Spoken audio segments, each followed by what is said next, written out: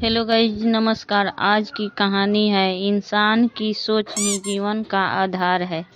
3 राहगीर रास्ते पर एक पेड़ के नीचे मिले। तीनों लंबी यात्रा पर निकले थे। कुछ देर सुस्ताने के लिए पेड़ की घनी छाया में बैठ गए।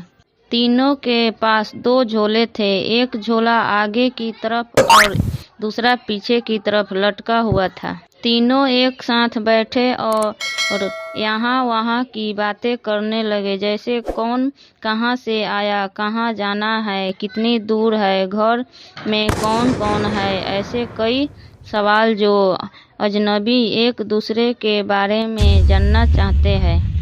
तीनों यात्री कद काठी में समान थे, पर सबके चेहरे के भाव अलग अलग थे। एक बहुत थका निराश लग रहा था, जैसे सफर ने उसे बोझिल बना दिया हो। दूसरा थका हुआ था पर बोझिल नहीं लग रहा था, और तीसरा अत्यंत आनंद में था।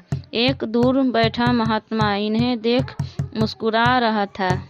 तभी तीनों की नज़र महात्मा पर पड़ी और उनके पास जाकर तीनों ने सवाल किया कि वे मुस्कुरा क्यों रहे हैं। इस सवाल के जवाब में महात्मा ने तीनों से सवाल किया कि तुम्हारे पास 2 झोले हैं, इनमें से एक में तुम्हें लोगों की अच्छाई को रखना है और एक में बुराई को। बताओ क्या करोगे।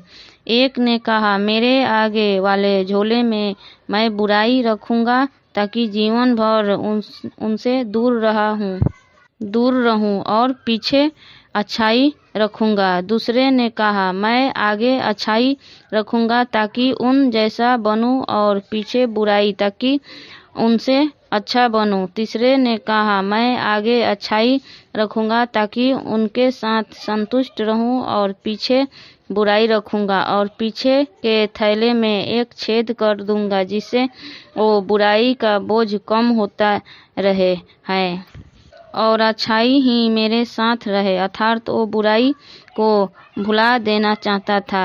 यह सुनकर महात्मा ने कहा, पहला जो सफर से थक कर निराश दिख रहा है, जिसने कहा कि वो बुराई सामने रखेगा, वो इस यात्रा के भांति जीवन से थक गया है, क्योंकि उसकी सोच नकारात्मक है। उसके लिए जीवन कठिन है। दूसरा जो थका है पर निराश नहीं, जिसने कहा अच्छाई सामने रखूंगा पर बुराई से बेहतर बनने की कोशिश में वो थक जाता है, क्योंकि वो बेवजह की होड़ में है।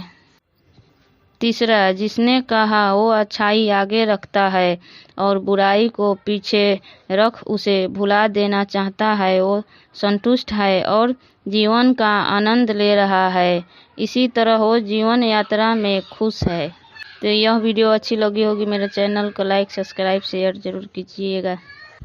आज की कहानी में इतना ही। तब तक के लिए बाय बाय।